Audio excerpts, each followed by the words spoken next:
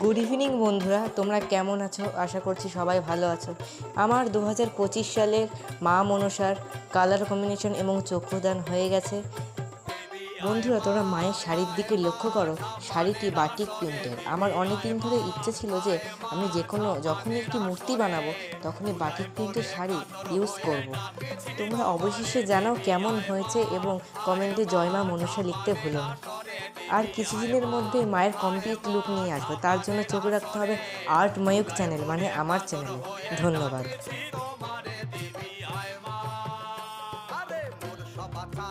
যদি মা অন্য সবাই যাহাই, আরে মোর সভা ছাড়িয়া